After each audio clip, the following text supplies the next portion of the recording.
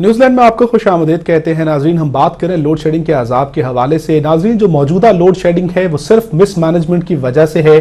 اگر پیپکو کی جانب سے اور حکومت کی جانب سے پی ایس او کو پیسے دے دیے جائیں تو وہ جو فیول ہے اس کی فراہمی شروع کر دے گی تھرمل ہاؤسز کو, تو بجلی پیدا ہونی شروع ہو جائے گی. اس میں صرف جو ہے تھوڑا سا بہتر انتظام کر لیا جائے تو بجلی کی لوڈ شیڈنگ ختم ہو جاتی ہے.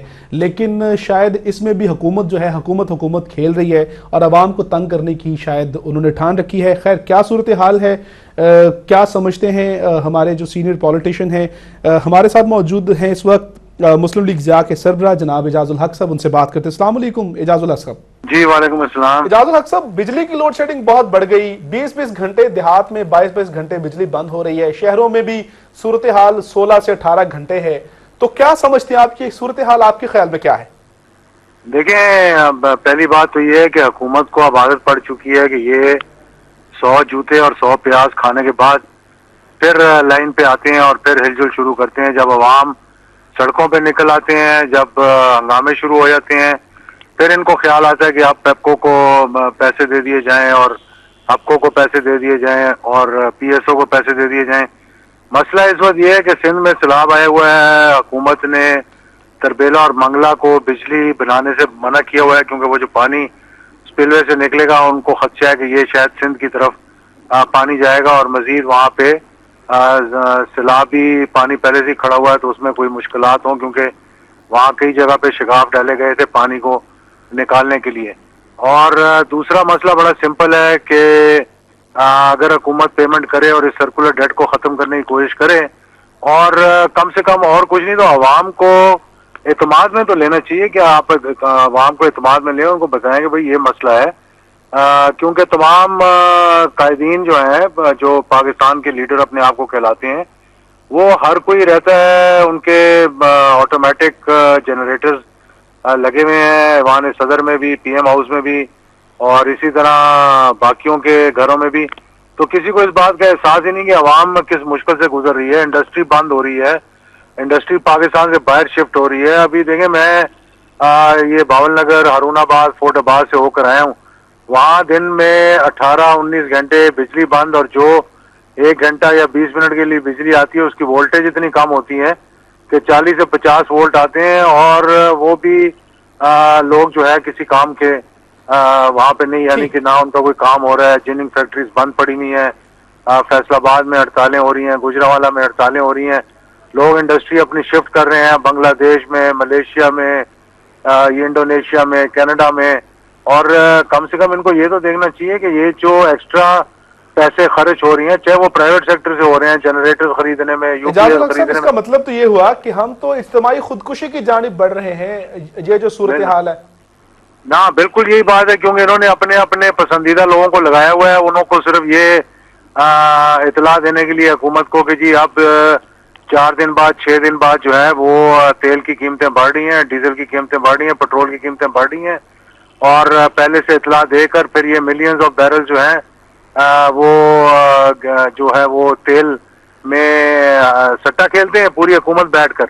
اور سی این جی والوں کو بلاتے ہیں وزیر پیٹرولیم, تو ان کو کہا جاتا ہے کہ آپ 10 کروڑ روپے دے دیں پارٹی فنڈ میں تو ہم آپ کو استثناء قرار دے دیں گے لوڈ شیڈنگ سے.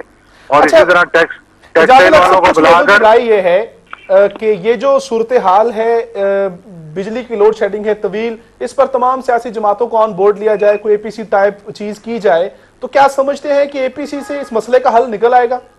حکومت کو اے پی سی کرنے کی ضرورت نہیں ہے, یہ اپوزیشن کو ضرورت ہے.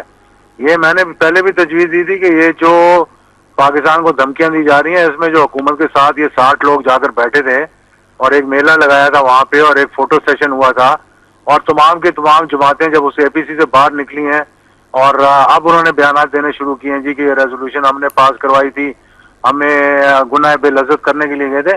اپوزیشن پارٹیز کو چاہیے, یہ پی ایم ایل این کا کام ہے کہ بڑی اپوزیشن پارٹی ہونے کے ناطے تمام اپوزیشن کی جماعتوں کو اکٹھا کرے, نہ صرف اس بجلی کی لوڈ شیڈنگ پر بس اب گیس کی آنے والی لوڈ شیڈنگ, مہنگائی, بے روزگاری, لا قانونیت, ملک کی جو سوورینٹی ہے اس کو پامال کیا جا رہا ہے. اور حکومت کے ساتھ کسی اے پی سی میں بیٹھنے سے تو کوئی کچھ نہیں نکلتا.